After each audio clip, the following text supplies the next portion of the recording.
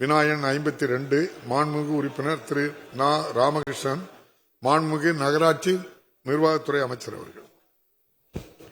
மாண்புமிகு பேரவைத் தலைவர் அவர்களே, திருத்திய விடையை சொல்வதற்கு அனுமதிக்குமாறு உங்களை கேட்டுக்கொள்கிறேன். கம்பம் நகராட்சியில் தினந்தோறும் 26.71 மெட்ரிக் டன் திடக்கழிவுகள் சேகரிக்கப்படுகிறது. அதில் மக்கும் கழிவுகள் 16 மெட்ரிக் டன், மக்காத கழிவுகள் 10.71 மெட்ரிக் டன் ஆகும். மக்கும் கழிவுகளை உரமாக்குவதற்கு தலா 3 டன் அளவில் உள்ள 2 மைக்ரோ கம்போஸ்டிங் மையமும் 2 டன் அளவுள்ள ஒரே பயோ மெத்தனைசன் மையமும் உள்ளன.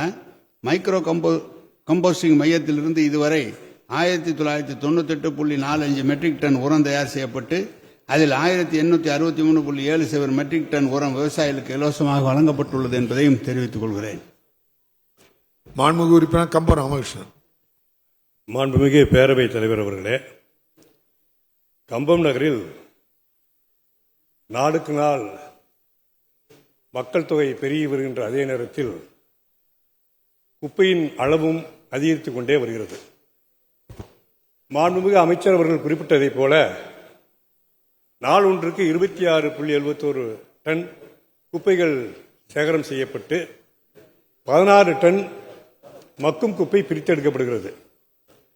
அதில் 2 மைக்ரோ கம்போஸ்ட் யூனிட், அதாவது 3 டன் மக்கும் குப்பை அளவை மக்க வைக்கின்றதுக்கு உண்டான கொள்ளளவுதான் அந்த 2 மைக்ரோ கம்போஸ்ட் யூனிட். 2 பயோகேஸ் மூலமாக 2 டன் அதை உரமாக்கப்படுகிறது. அதாவது எரிசக்தி மின்சாரம் எடுக்கப்படுகிறது. இதில் பிரச்சனை என்னவென்று சொன்னால் 3 டன் கொள்ளளவு கொண்ட மக்கும் குப்பையை உரமாக்குகின்ற அந்த யூனிட்டில் மேலும் 2 டன் அதிகமாக 5 டன் கொள்ளளவு கொண்ட மக்கும் குப்பையை அது உரமாக்குவதனால் 14 தொட்டிகளில் குப்பைகள் அதிகரித்து அதன் அளவும் அடர்த்தியும் அதிகரிப்பதால் பணியாட்கள் அதை கிளறுவதற்கு சிரமப்படுகிறார்கள். ஒரு நாளைக்கு 5 முறை 6 முறை கிளறினால்தான் விரைந்து உரமாகும். எனவே தினமும் 4 டன் குப்பை மீதமாகிறது. அதிகமாக 4 டன் மக்காத குப்பை கொள்ளளவை காட்டிலும் அதிகமாக பயன்படுத்தப்படுகிறது. எனவே மாண்புமிகு அமைச்சர் அவர்கள் மேலும் ஒரு 2-5 டன் மக்கும் குப்பையை உரமாக்குகின்ற வகையில் மைக்ரோ கம்போஸ்ட் யூனிட்டை நிர்மாணித்திட ஆவண செய்வாரா என்பதை அறிய விரும்புகிறேன். மாண்புமிகு அமைச்சர் அவர்கள். மாண்புமிகு பேரவைத் தலைவர் அவர்களே, பதிலை முழுவதும் கேள்வி கேட்டவரை நம்ம அண்ணன் ராமகிருஷ்ணன் சொல்லியிருக்காங்க. மக்கும் குப்பையை மக்க வைக்கிற அந்த இடம் போதுமானதாக இல்லை. மேற்கொண்டு கொஞ்சம் கூடுதலாக இருந்தால் தினந்தோறும் அதை மக்க வைப்பதற்குரிய முயற்சி நடைபெறும் என்று சொல்லியிருக்கிறார்கள். இடம் இருக்குமானால் அதிகாரியும் இங்கே வந்திருக்கிறார், கவனித்துக் கொண்டு தான் இருக்கிறார். அதற்கு இடம் தேவை. இடம் இருக்குமானால் இந்த ஆண்டு அதையும் உடனடியாக செய்வதற்குரிய முயற்சியை அரசு எடுக்கும். எனவே பல்வேறு நகரங்களிலும் இது ஒரு பெரிய தீராத பிரச்சனையாக இருந்து கொண்டு இருக்கிறது.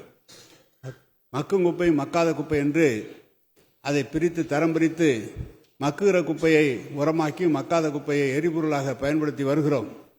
இது நிறைய இடங்களிலே பயோமைனிங் முறையிலே நீண்ட காலமாக 100 ஆண்டு காலம், 50 ஆண்டு காலம், 100 ஆண்டு காலம் இருந்த பெரிய பெரிய மேடுகளை எல்லாம் இன்றைக்கு அதை பிரித்து தரம் பிரித்து இடத்தை உருவாக்கியிருக்கிறோம். சென்னையில் கூட 100-200 ஏக்கர் அந்த குப்பையை அகற்றி நிலமாக எடுத்திருக்கிறோம்.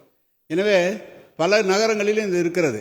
அதே போல பல நகரங்களிலும் இந்த கழிவு நீரை சுத்தம் செய்வதற்காக எஸ்டிபி போடுகிற போது எங்கள் பக்கத்தில் போட்டுறாதீங்க, எங்களுக்கு வாடகை வந்துடும் அப்படின்லாம் சொல்லி அப்ஜெக்ஷன் கொடுக்குறாங்க.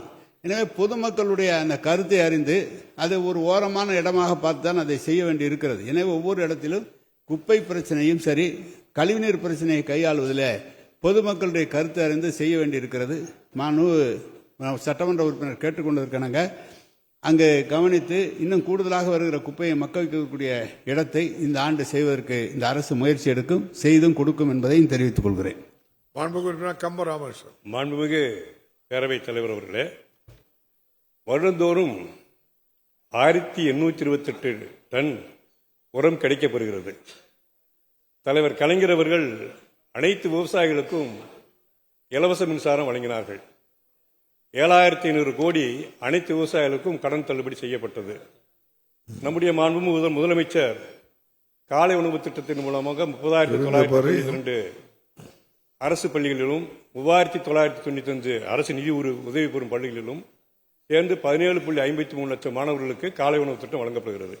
இதையெல்லாம் கருத்தில் கொண்டு மண் வளம் பெருகிட, சாயில் என்ரிச்மெண்ட் பெருகிட, இதை அரசு ஒரு நிலத்திற்கு உற்பத்தி அதிகரிக்கக்கூடிய முதலீடாக கருதி 1828 டன் உரத்தினையும் பாகுபாடு இல்லாமல் அனைத்து விவசாயிகளுக்கும் ஃப்ரீ ஆஃப் காஸ்டில் வழங்கிடவும், உரத்தை மென்மேலும் மெருகூட்டுகின்ற வகையில் தரமும் நயமும் நிறைந்த வகையில் உருவாக்க மைக்ரோ ஆர்கன்ஸ், அதாவது நல்ல நுண்ணுயிர் உருவாக்கக்கூடிய சொல்யூஷனை தெளித்திடவும், மேலும் விவசாயிகள் அறிகின்ற வகையில் அந்த உரத்தில் எவ்வளவு பெர்சன்டேஜ் வேல்யூ, அந்த நுண்ணூட்டச்சத்து பேரூட்டச்சத்தின் அளவு இருக்கின்ற வகையிலும் அறிவிப்பு பலகையை அந்த நடங்கில் வைப்பாரா என்பதனையும் மாண்புமிகு அமைச்சர் அவர்களை நான் கேட்டுக்கொள்கிறேன். மாண்புமிகு அமைச்சர். மாண்பு பேரவைத் தலைவர்களே, இயற்கை விவசாயம் செய்கிறவருக்கு மாண்பு உறுப்பினர் அவர்கள் சொன்னது மிகவும் இஎம்ஐ நுண்ணுயிரை இணைத்து தர முடியுமானால் அதை தந்தால் நல்ல உரமாக தான் இருக்கும். ஏனென்றால் தமிழ்நாட்டில் இப்போது பல்வேறு பெரிய விவசாயிகளும் சரி, சிறிய விவசாயிகளும் சரி, இயற்கை விவசாயத்துக்கு வந்து விட்டார்கள், உரம் அல்லாத விவசாயத்திற்கு வந்திருக்கிறார்கள். ஏற்கனவே நாங்களெல்லாம் ஒரு 10-30 ஆண்டுகளுக்கு முன்பு இந்த நகராட்சி குப்பைகளை அப்படியே அள்ளி கொண்டு களத்திலே கொட்டி அதில் இருக்கிற கண்ணாடிகளை மட்டும் பொறுக்கி எடுத்துவிட்டு, கண்ணாடி மற்ற இரும்பு ஜாமான்களை பொறுக்கி எடுத்துவிட்டு அப்படியே நிலத்தில் போட்ட ஒரு காலம் உண்டு. இப்போது நம்முடைய மாண்பு உறுப்பினர் அவர்கள் சொல்வது, ஏற்கனவே அவர்கள் எல்லாருக்குமே அந்த ஊரை பொறுத்தளவு எல்லாமே இலவசமாக தான் கொடுத்து, அனைத்து விவசாயிகளுக்கும் 1863.7 டன் இலவசமாக தான் அவர்களுக்கு கொடுக்கப்பட்டிருக்கிறது. அது அங்கே அந்த உள்ளூரில் இருக்கிற விவசாயிகள் எப்படி எடுத்து கொண்டிருக்கிறார்கள் என்பது தெரியவில்லை. எனவே இஎம்ஐ சேர்த்து அந்த மெருகூட்டி அந்த உரத்தை மேலும் பலமானதாக ஆக்கி தருவதற்குரிய நடவடிக்கை எடுக்கலாம். அது விவசாயத்திற்கு மிக சிறப்பாக இருக்கும். பல்வேறு இடங்களிலே மாண்பு உறுப்பினர் அவர்கள்லாம் எல்லாத்துக்குமே ஒரு பொது நான் அறிவிப்பு, எல்லா இடங்களிலும் நகரம் இல்லை, நான் சொல்றது பொது அனைத்து உறுப்பினர்களுக்கும் ஒரு வேண்டுகோளாகவே நான் இதை வைக்க விரும்புகிறேன். பல இடங்களிலே குப்பைகளை சேகரித்து பல நகரங்கள் விரிவாகி கொண்டே வருகிறது. பல இடங்களில் எல்லாம் விரிவாகி கொண்டு வந்த காரணத்தால் குப்பை இருப்பது நடுப்பகுதிக்கு வந்து விட்டது.